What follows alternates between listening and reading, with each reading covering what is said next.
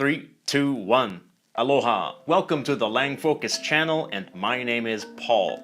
Today we're going to focus on the Hawaiian language, or ʻŌlelo Hawaiʻi. in Hawaiian. Obviously, it's a language of Hawaii. Wait, let me say that again. Hawai'i. Yeah, notice there's a glottal stop right there. Hawaii. Of course, it's no longer the main language of Hawaii, or even a widely spoken one. Only around 18,000 of Hawaii's 1.4 million people speak it at home. That's according to the US Census of 2010. And there's only one place in the world where it's the native language and the main language of the population, the island of Ni'ihau, which has a population of only around 160. But even though it's not widely spoken anymore, you do see and hear a lot of Hawaiian words in Hawaii. You'll most definitely hear aloha, meaning both hello and goodbye, but actually literally means love. Aloha.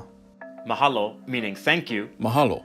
And you'll encounter countless Hawaiian place names, like Waikiki. which means spouting water, Vai. is water, Ala Moana. means ocean path, or path to the sea, Ala. is path or way, Moana. is sea, or ocean. And lots of shops and businesses use Hawaiian words in their names, like the hotel my wife and I recently stayed at, Ohana Malia Waikiki. Ohana means family, Ohana. and this word, kokua, means help. And here we see mahalo again. So you can see that in Hawaii, Hawaiian words are sometimes thrown in when using English. The first Hawaiian people migrated to the islands from other parts of Polynesia. We don't know when exactly, but the common theory is that the first wave of migrations came from the Marquesas Islands as early as 400 CE, followed by a second wave of migration from Tahiti several centuries later. As a result of that, Hawaiian shares many similarities with the Marquesan and Tahitian languages, despite the geographic distance. European explorers noticed the similarities and thought that all the languages were dialects of a single Polynesian language. But at least now, there are plenty of differences too. When British explorer Captain James Cook first reached Hawaii in 1778, the population was around 300,000, and they all spoke Hawaiian. American missionaries soon arrived, as well as American businessmen who established sugarcane plantations. Along with them came diseases such as smallpox, which wiped out much of the native population. By 1860, there were only around 60,000 native Hawaiians, and by 1920, only 24,000. Many immigrants also came to Hawaii to work on plantations during this period, from Asian countries like Japan, China, and Philippines, speaking their respective languages. In 1893, the Kingdom of Hawaii was overthrown with the intention of annexing it to the United States. In 1896, a law was passed making English the language of instruction in Hawaiian schools. Hawaiian was not made illegal to speak, but at school children were disciplined if they spoke Hawaiian. This, along with the largely decimated native population, put the Hawaiian language at serious risk of dying out over the next century. It's a language that many predicted would be dead by now, but in recent decades there's been more attention to preserving and promoting the language. In the 1980s, new Hawaiian immersion schools began to be established, including immersion preschools. In 1979, before the establishment of these schools, there were only around 800 native speakers of Hawaiian remaining. But now, according to the latest US Census, there are around 18,000 people who speak Hawaiian at home.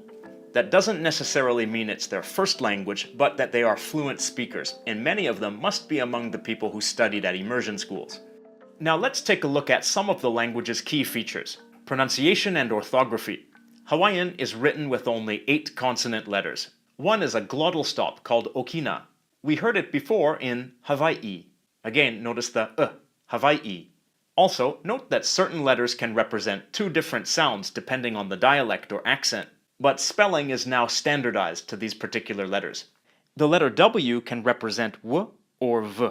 It's more commonly pronounced V these days, but it depends on the speaker and the dialect their speech is influenced by, as well as on the surrounding sounds.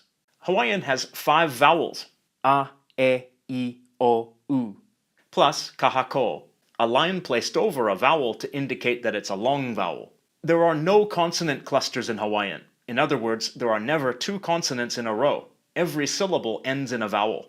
Aloha, mahalo, ohana, etc. The stress of a word usually falls on the penultimate syllable, the second last syllable. Here are some basic phrases in Hawaiian. We've seen the first one already. Aloha. Hello, goodbye, or love. Aloha kakahiaka. Good morning, between the hours of about 6 a.m. to 10 a.m. Aloha awakea. Good day, from around 10 a.m. to 2 p.m. Aloha awinala. Good afternoon, from around 2 p.m. to 6 p.m. Aloha hiehi. Good evening, from around 6 p.m. to 10 p.m. Pehea oe. How are you? Me ka iau. I'm good. Oe ko inoa. What's your name? O ka inoa ko inoa. My name is Kainoa. Notice here that kou, your, and ko'u, my, are two completely different words, so you can't skip the glottal stop in Hawaiian words. Olu olu. Please. Mahalo. Thank you. He mea iki. You're welcome. Literally, a little thing. Let's examine the word order of Hawaiian a little bit. Look at the sentence. Me ka iau. It doesn't have a verb, but notice that the predicate comes first and the subject comes second. Word for word, it's good eye. This is very common in Austronesian languages, and it immediately reminded me of Tagalog, a language of the Philippines. O ka inoa ko inoa. Word for word, it's personal topic marker, kainoa, my name. The subject is ko'uinoa, and the predicate is o kainoa. Also, it's similar if the predicate is an adjective. Nani ka wahine. The woman is beautiful. Literally, beautiful, the woman. That's a full sentence. Ka wahine nani. Means the beautiful woman and is not a full sentence. There's no predicate. It's simply a noun phrase. In Hawaiian noun phrases, if there's an adjective, the adjective comes after the noun, whereas in English, it comes before it. Another example. Nui ka hale. Means the house is big, but Ka hale nui. means the big house. If we add a verb, we can see that Hawaiian is VSO. Aloha au ia oe. I love you. Word for word, love, I, you. And you can see that it's VSO, verb, subject, object. As a side note, au is the first person singular subject pronoun. Ia oe is the second person singular object pronoun. Make au I vai. I want some water. Word for word, want, I, direct object marker, the water. Again, we see that the verb comes first, followed by the subject, then by the object. This word, I, is a direct object marker that is used before common nouns. So now we have an idea of the most basic word order of Hawaiian. Articles and determiners. We've seen many nouns preceded by ka. This is a definite article. There's one more, ke. Ke is used before nouns beginning with k, e, a, or o, like Ke kumu. the teacher. Before nouns starting with any other letter, it's ka, which is more common. There's also a plural definite article, na, Nā kumu. the teachers. There's also an indefinite article, he, He kumu. a teacher. You can make the indefinite noun plural by adding a plural marker, Mau. He mau kumu. teachers. Similarly, there are demonstratives. Ke ia. Means this. Ke ia pōpuki. This cat. Ke nā. Means that, for things that are near the listener. Ke nā pōpuki. That cat. Ke lā. Means that, for things that are far from both the speaker and the listener. Ke lā pōpuki. To make the demonstratives plural, you can add mau, Ke ia mau pōpuki. these cats. Now let's look at possessives. O kau ili o ke lā. That's my dog over there. Word for word, it's equative sentence marker, my, dog, that, in the distance. Just a quick note about o. This word comes at the beginning of equative sentences, which are used to specifically identify something. But back to the main point here. This word here is a possessive, meaning my. Kau. Possessives in Hawaiian are interesting because there's more than one version of each one. Ka'u is an A-class possessive. A-class possessives are used for things you can choose whether to possess or not. If you have a dog, you probably chose to buy it and can choose to get rid of it. Of course, you probably won't because dogs are man's best friend. But, you could. The O-class equivalent is ko'u. Ko'u. O-class possessives are mainly used with nouns that you cannot choose to possess. You inherently possess them. O ko'u keikohine ke ia. This is my sister. You can't decide whether you have a sister or not, so this is O-class. There is an exception for this. For family members below you in your family tree, like children and grandchildren, A-class is used. A-class can be used for things that you create, and I guess you create your children, making them A-class. Things like body parts are also O-class. Ko'u maka. Means my eye. Ko'u lima. means my arm or my hand, etc. One caveat is that clothing and structures that you can enter or ride are also O-class, as though they are extensions of your body. O ko mākou hale ke la. That is our house, over there. Note that with Hawaiian possessives and Hawaiian personal pronouns, there is first-person plural inclusive, in other words, we or our includes the listener, and first-person plural exclusive, in other words, we or our doesn't include the listener. This is common in Austronesian languages. I've seen something similar in Malay, Indonesian, and Tagalog. This possessive here, ko mākou, excludes the listener. One more thing which is special about Hawaiian possessives and personal pronouns is that there is not just one set of plural forms. There are dual forms, which refer to pairs of people, and there are plural forms, which refer to groups of 3 or more. Nui ko lākou hale. Their house is big. This refers to 3 or more people's house. But if I said, Nui ko laua hale. it would refer to 2 people's house. Now let's look a little more closely at verbs. You saw before that there's no verb meaning to be. Another important thing to point out is that verbs are not conjugated for person or number. They stay the same regardless of the subject. Hi meni eu. I sing. Hi meni oe. You sing. Hi meni oia. He sings or she sings. Hi meni lākou. They sing, and so on.